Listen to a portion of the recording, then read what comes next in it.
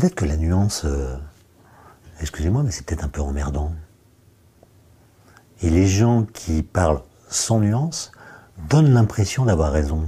Quelqu'un qui doute, parce que la nuance a à voir avec le doute aussi, avec l'incertitude, avec la prudence. On dit, ce type-là, il ne sait pas ce qu'il pense.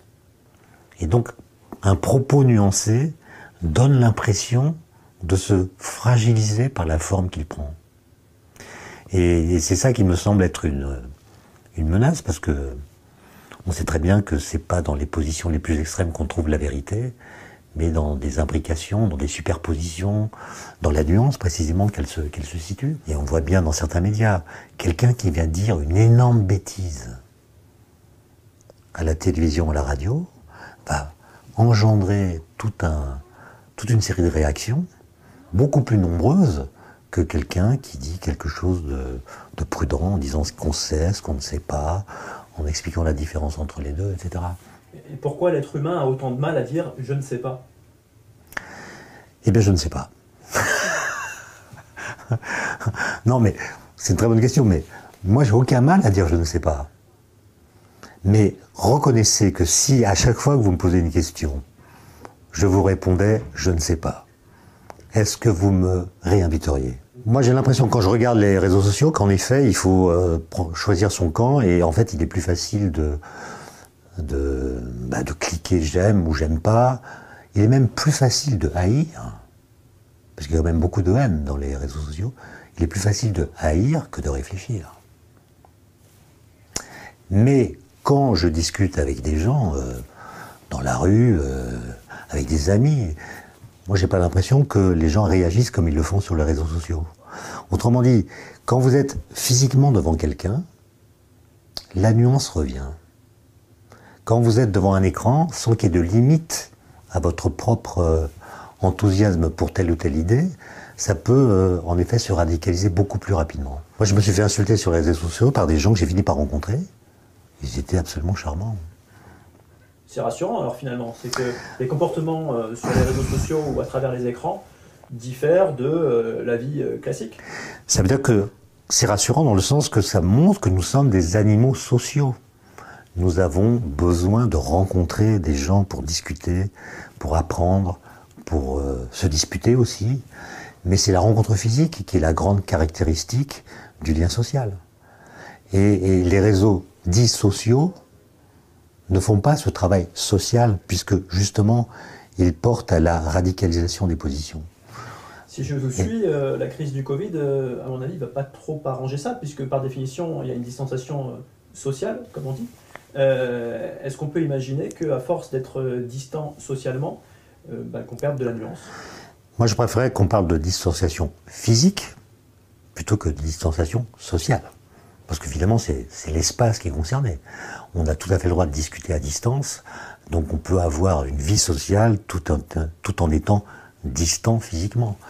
Mais en effet, le confinement, évidemment, pour tout ce qu'on discute là, pour la nuance, c'est sans doute pas très favorable. Ce problème de la disparition de la nuance, en apparence en tout cas, dans nos sociétés, manifeste, à mon avis, une crise du langage. C'est-à-dire que on parle beaucoup avec des slogans. Or, clamer un slogan et réfléchir sont deux choses complètement différentes. Et donc, je pense que, et j'aimerais bien citer Proust, si vous permettez. Proust a écrit quelque part cette phrase absolument géniale. Il dit « J'ai toujours honoré ceux qui défendent la grammaire et la logique. On se rend compte, 50 ans après, qu'ils ont conjuré de grands périls. » Et je pense que nous abîmons le langage par le fait que les phrases sont courtes, que l'argumentation disparaît, qu'on provoque des clashs plutôt qu'on ne laisse place à la nuance, justement, et que la vérité, sans doute, n'est pas simple à dire. Je ne crois pas qu'il y ait de vérité simple. Et donc, la vérité suppose, pour être dite de façon juste, que les propos qui prétendent la nommer soient nuancés. Même s'il y a des vérités radicales. Même une vérité radicale doit être dite de façon nuancée. Ce qui est nouveau, et c'est peut-être même une mutation anthropologique de premier ordre, hein, c'est que autrefois, l'information, c'était une denrée extrêmement rare. Les gens manquaient tout le temps d'information. Et donc l'information était précieuse. Aujourd'hui, on est bombardé d'informations. Et je pense que notre cerveau ne peut pas toutes les gérer en même temps. Et donc doit pratiquer l'absence de nuances pour décider de ce à quoi il va accorder du crédit, ce qu'il va rejeter d'un revers de main, parce que notre cerveau n'est pas câblé pour gérer en même temps autant d'informations différentes. Et je pense qu'en effet, l'excès d'informations limite notre capacité à la traiter de façon nuancée. Parfois, je me rends compte que je me laisse piéger. Vous êtes en train d'attendre un bus ou un métro et vous regardez votre téléphone et c'est comme si votre cerveau réclamait d'être constamment emporté dans un délire dont vous voyez bien que c'est un délire mais qui a un pouvoir entraînant qui finit par vous capter, quoi. Et donc, c'est bien de faire l'éloge de la nuance, c'est bien de constater qu'elle nous manque, mais c'est bien aussi d'apprendre à l'aimer. Le salut, ça consisterait à faire en sorte que les gens modérés s'engagent dans les débats sans modération. Sans modération.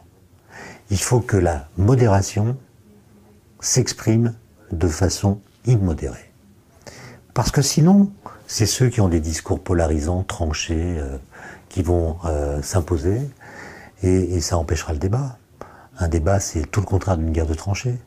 On est en train de se parler, on va faire une vidéo, il va la diffuser sur Brut, et puis sous cette vidéo, il va y avoir plein de commentaires assez peu nuancés. Qu'est-ce que vous pourriez dire aux personnes qui vont commenter cette vidéo ? Eh bien écoutez, je dirais aux personnes qui vont commenter cette vidéo que je les remercie d'avoir pris le temps de regarder la vidéo en question, et je leur signale à l'avance que je ne répondrai qu'aux commentaires qui feront plus de 10 lignes. La nuance, c'est une affaire de taille.